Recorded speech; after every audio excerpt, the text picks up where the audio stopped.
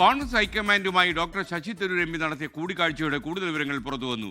കൊച്ചിയിലെ മഹാപഞ്ചായത്ത് പരിപാടിക്കിടെ ഉണ്ടായ അതിർത്തി ഡോക്ടർ തരൂർ നേതൃത്വത്തെ അറിയിച്ചു എന്നാണ് വിവരം. ഡോക്ടർ ശശി തരൂരിന് പാർട്ടിയിൽ അർഹമായ പ്രാധാന്യം കൊടുക്കുമെന്ന് രാഹുൽ ഗാന്ധി അറിയിച്ചു. തനിക്ക് മുഖ്യമന്ത്രി മോഹമൊന്നുമില്ലെന്നാണ് ഡോക്ടർ തരൂർ രാഹുൽ ഗാന്ധിയുമായുള്ള സംവാദത്തിൽ വ്യക്തമാക്കിയതെന്ന് അറിയുന്നു. വിനീത വി ജി ഡൽഹിയിൽ നിന്ന് വിവരങ്ങളുമായി ചേരുന്നു. വിനീത, ഗുഡ് മോർണിംഗ് അഗെയിൻ. പറയൂ, ഡോക്ടർ തരൂർ മുഖ്യമന്ത്രി സ്ഥാനത്തിന് താല്പര്യമില്ല, പാർട്ടിയിൽ സജീവമാകും എന്നൊക്കെ പ്രസ്താവന നടത്തി കഴിഞ്ഞു. എന്താണ് ഇനി അദ്ദേഹത്തിൻ്റെ അടുത്ത സ്റ്റെപ്പ്?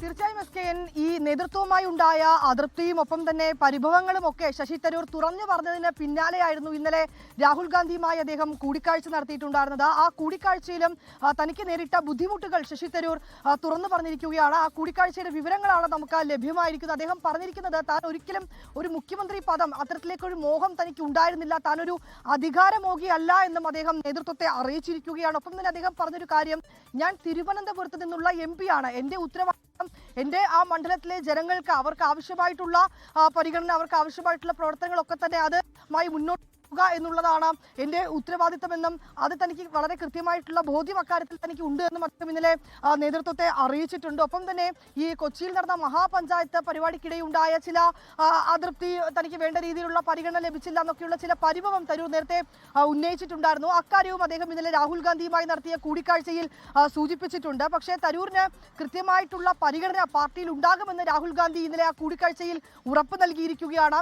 കേരളത്തെ സംബന്ധിച്ചിടത്തോളം ഒരു നിയമസഭാ തെരഞ്ഞെടുപ്പ് കേരളം പോകുന്ന ഘട്ടമുണ്ട്. ആ നിയമസഭാ തെരഞ്ഞെടുപ്പ് കോൺഗ്രസിനെ സംബന്ധിച്ചിടത്തോളം അത് നിർണായകമാണ്.